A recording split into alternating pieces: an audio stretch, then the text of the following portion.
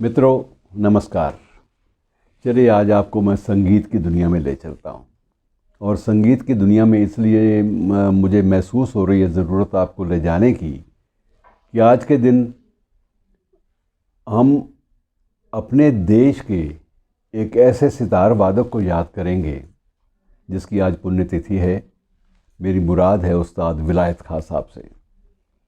मित्रों, दर्शन मैंने किए हैं और बड़े एहतराम के साथ किए हैं। कुछ शख्सियतें ऐसी होती हैं कि जिनको देखते ही आप उनके पाँव को छूने पे आपका मन करता है कि आप उनके पाँव में झुकें, उनका आशीर्वाद लें।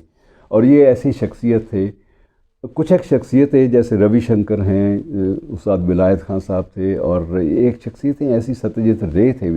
ये शख्सियतें ऐसी हैं कि इनके पीछे आपको एक ऑरा सा, एक महसूस सा होता है। ये नहीं होता कि जैसे आपने फिल्मों में देखा, फ़ोटोज़ में देखा कि पीछे एक सूरज की किरणें जो हैं वो चल रही हैं।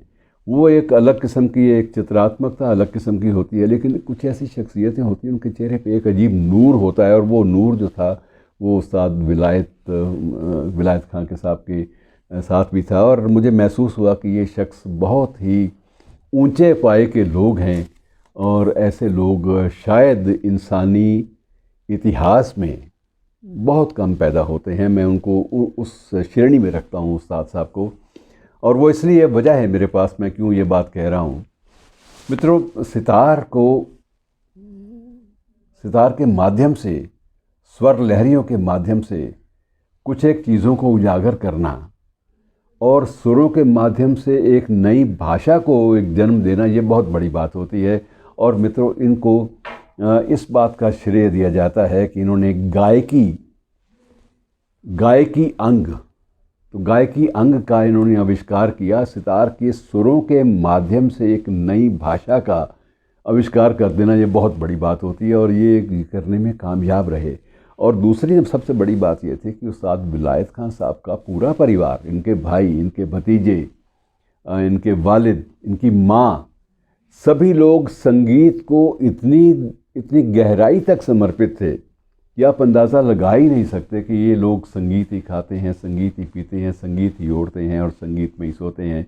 इनका उठना जागना हर चीज़ के साथ संगीत बंधा हुआ है।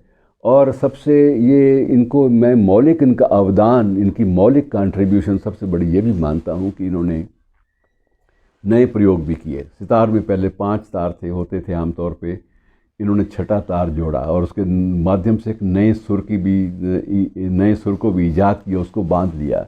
और दूसरी इनकी सबसे बड़ी मैं देन मानता हूँ कि इन्होंने कुछ एक राग स्वयं तैयार किए जो आज संगीत की दुनिया में चरम तक लोकप्रिय हैं। उनमें कलावंती है, मांड भैरव है, और ये जो भांकर है, ये सारी की सारी चीज़ें इन्होंने अपनी प्रयोग धर्मिता से पैदा की। और ये मैं मानता हूँ कि ये बहुत बड़ी बात है। मित्रों, जब कभी आप वृंदावन जाएं तो वहाँ बांके बिहारी की मूर्ति है, तो मूर्ति के बारे में बहुत सारी बातें हैं कि ये मूर्ति किसी इंसान ने नहीं बनाई। मैं हैरान होता था जब मुझे बताया जाता था वहाँ पर दर्शन करते वक्त कि ये बांके बिहारी की मूर्ति स्वामी हरिदास ने रागों के द्वारा यमुना से पैदा की थी। उन्होंने कुछ राग ऐसे गाए थे कि वो जो लहरें थी वो धीरे धीरे एक मूर्ति का रूप लेने लगीं, और ये बांके बिहारी की मूर्ति उन लहरों से बनी हुई मूर्ति है। मित्रों, इसमें इतिहास कितना है मैं कुछ नहीं कह सकता। किंवदंती है, बहुत प्यारी है, अच्छी लगती है, लेकिन तब ये बात समझ में नहीं आती थी। और उनको जब आप उस्ताद विलायत खां साहब की बात करते हैं, जबकि उनकी अचीवमेंट्स, उनकी उपलब्धियों की बात करते हैं, तब जाके आपको समझ में आती है कि रागों के माध्यम से या सुरों के माध्यम से कोई भाषा भी ईजाद हो सकती है। ये सबसे बड़ी बात होती है, और उन्होंने ये कर दिखाया। और इतना करने के बाद आप ये अंदाज़ा लगाइए कि ये ऐसी शख्सियतें ही कुछ बोल्ड होती हैं ज़िंदगी में, कुछ निर्णय भी सख्त ले पाती हैं। मित्रों, इनको पद्मश्री मिला, इन्होंने ठुकरा दिया, कारण नहीं बताया। पद्म भूषण मिला, इन्होंने ठुकरा दिया, कारण नहीं बताया। उसके बाद देश का सर्वोच्च सम्मान जो भारत रत्न से नीचे होता है, वो पद्म विभूषण था, वो इनको मिला, तो इन्होंने वो भी अस्वीकार किया। तो एक लंबा विवाद छिड़ा कि उस्ताद जब पुरस्कार स्वीकार नहीं करते तो पहली बात यह कि उनसे पूछा तो जाए क्यों नहीं स्वीकार करते। तो उन्होंने स्वयं एक बात, जब बार बार ज़िद की मीडिया वालों ने, जब कुछ आलोचकों ने और कुछ इनके प्रशंसकों ने कि आप क्यों नहीं लेते, तो उन्होंने स्पष्ट कहा। मुझे ये महसूस होता है कि ये सम्मान जो हैं कभी वक्त पे नहीं दिए जाते। जब इनकी ज़रूरत महसूस होती है, जब मुझे लगता है कि मैं ये डिज़र्व करता हूँ, तब नहीं मिलता। और उसके बाद जब आप इन चीज़ों से ऊपर उठने लगते हैं तो सम्मान आपके ऊपर बारिश होने लगती है। तो ये बारिश जब मुझे रास नहीं आती, मुझे इन पुरस्कारों का कुछ आनंद नहीं आ रहा। मैं आज भी महसूस करता हूँ कि मेरी और मेरे परिवार की जो एक साधना है, उस साधना को सम्मानित समय पर नहीं किया गया। तो अब मैं क्या करूँगा इस सम्मान को लेकर, क्योंकि अब तो मैं स्थापित हो चुका। अब मैं अपनी देन के द्वारा, अपनी साधना के द्वारा, अपनी संगीत की दुनिया के द्वारा जो भी उपलब्धियां मैंने दर्ज की हैं, मुझे बड़ा संतोष है कि मैंने जीवन में इतना कुछ संगीत के माध्यम से अर्जित किया। संगीत को एक अपनी देन भी उसमें दी, अपनी देन डाली और सब कुछ किया। तो अब मुझे इन सम्मानों की कोई अहमियत नज़र नहीं आती, और जो चीज़ गैर अहमियत वाली हो, जिसका कोई महत्व ना हो, उसे क्या स्वीकार करना। और इनको कभी कहीं ना कहीं ये दर्द भी था कि बहुत सारे ऐसे संगीतकारों को इनसे बहुत पहले पद्म विभूषण मिल गया था, और भारत रत्न भी कईयों को मिला, जो कि सब इनसे पीछे थे, कनिष्ठ थे। मित्रों, इनकी पहली रिकॉर्डिंग, कितनी दिलचस्प बात है कि पहली रिकॉर्डिंग 8 साल की उम्र में हुई थी, कि 8 साल की उम्र में, और अंतिम रिकॉर्डिंग 75 साल की उम्र में। और 75 साल की उम्र में उस अंतिम रिकॉर्डिंग के बाद इनका निधन हो गया था। ये, और वो जब रिकॉर्डिंग हुई थी, मुझे याद है कि इनको तब फेफड़ों का कैंसर था। फेफड़ों के कैंसर होने के बावजूद संगीत के सुरों को साधना, आप अंदाज़ा लगाइए कितना मुश्किल होता है। लेकिन इस शख्स ने कहीं एक भी चूक नहीं होने दी किसी सुर को साधने में, सुर संसाधन में। और एक भी कहीं चूक किसी को नहीं मिली। किसी विशेषज्ञों ने भी इस बात की तलाश की, कहीं तो चूक, कहीं तो फेफड़ों का कैंसर अपना असर दिखाता नज़र आए, लेकिन नहीं, ऐसा नहीं हुआ।